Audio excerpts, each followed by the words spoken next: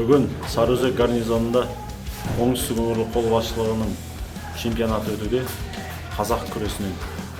Бұл чемпионатқа әр әскери бөлім өзі мықты спортшыларын іріктеу жасап қойып, жеңіске деген құштарлықтарын көрсетіп, жақсы жарысымыз жоғары деңгейде өтуде.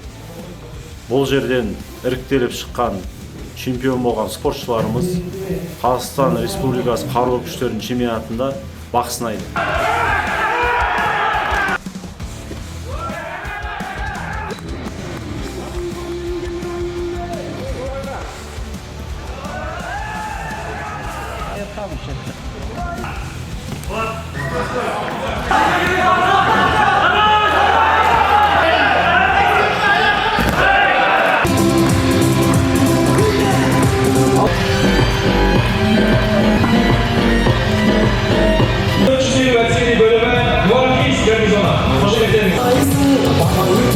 Жаңбырбаев Ердос Сейсенбайұлы. Қазақ күресінен оңтүстік өңірлік қолбасшылығы арасында жарыс өтті. Осы салмақ дәрежесінде 74 кг салмақ дәрежесінде мен үшінші бақ сынастым.